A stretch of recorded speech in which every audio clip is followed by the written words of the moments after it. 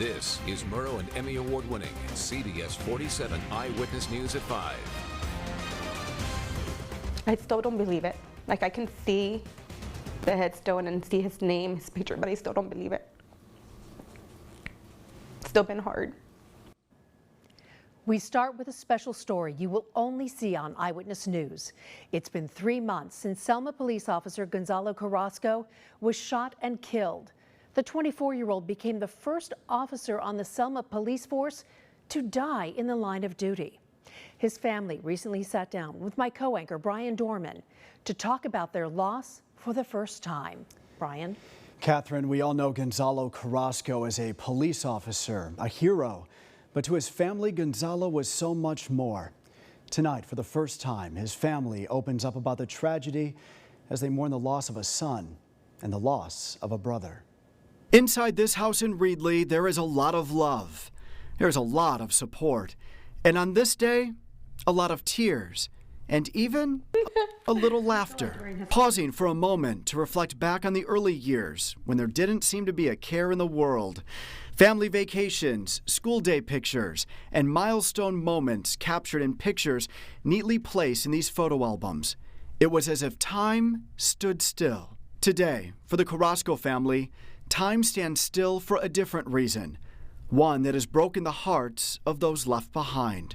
As the firstborn, Gonzalo's sister Alma lost on January 31st the person she spent most of her time protecting. Every night before I would go to bed, I would always pray for him to be safe and for him to come home.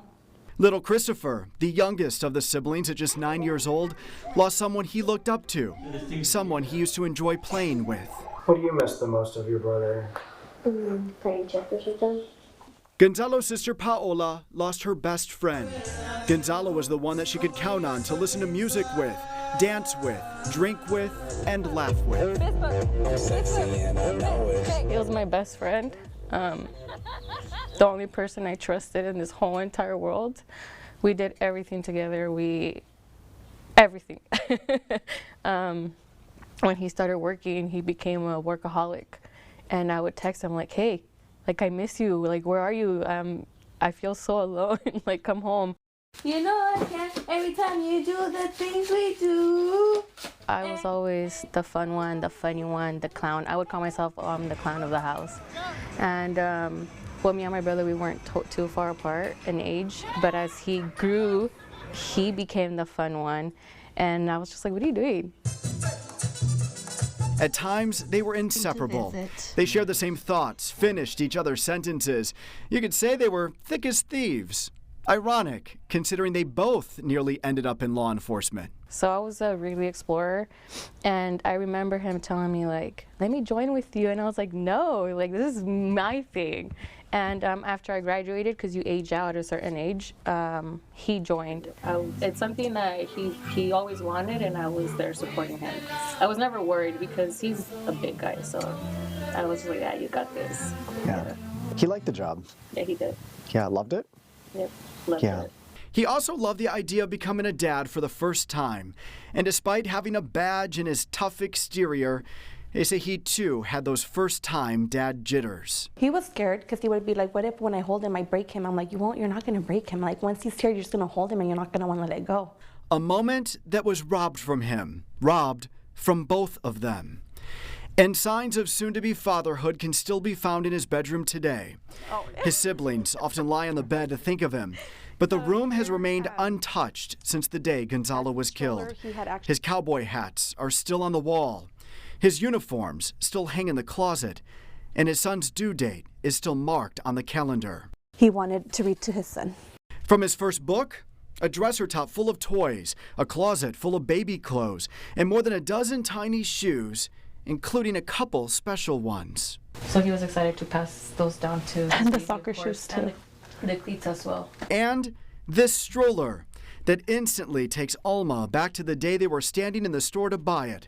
One of her favorite last memories that, during so much heartache, can still make her smile. I was there with him, and he was like, why are there so many options? Like, don't they all do the same thing? And I'm like, why can't we just get any and go? You'll notice the stroller is missing the car seat. Well, that's because Gonzalo already strapped it into his Jeep, waiting for the phone call that his son was about to be born. His Jeep, like his boots that still sit by his bedroom door, is... Officer Carrasco's family tells me this is where they spend a lot of time. His mom brings flowers here to Ridley Cemetery every single day. In fact, she hasn't missed a day since Gonzalo died on January 31st. I can't compare my pain to my mom's. It's a whole different type of pain. I think right now what motivates her is like going to the cemetery and leaving my brother the flower arrangements. So the garage right now is full of flowers that she's been buying all over Dollar Trees. Sundays, I try to go and I'll take a blanket and I'll lay there. I'll make a drink for him and I'll leave it right there, and I'll play country music for him because that's what he listened to all the time. And I'm just laying there crying. But it's tough for me to go. He took a lot. A lot. Not just from my mom, his sisters, his brother, but from his son, who he'll never get to meet. Have you thought at all of what you're going to say to this person that took so much from you? No. I'm not angry. No.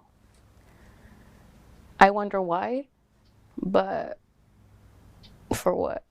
You know, he took my brother and no question or answer is ever gonna bring him back. So, but all I feel right now is sadness.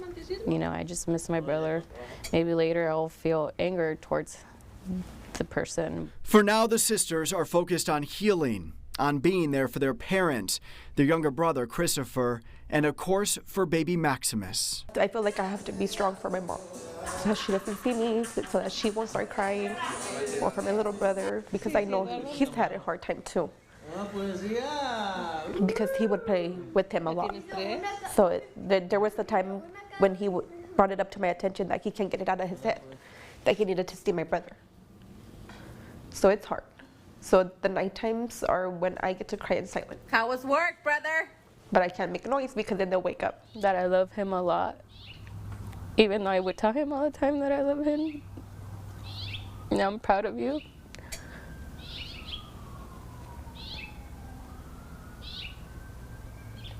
And he was going to do big things in life.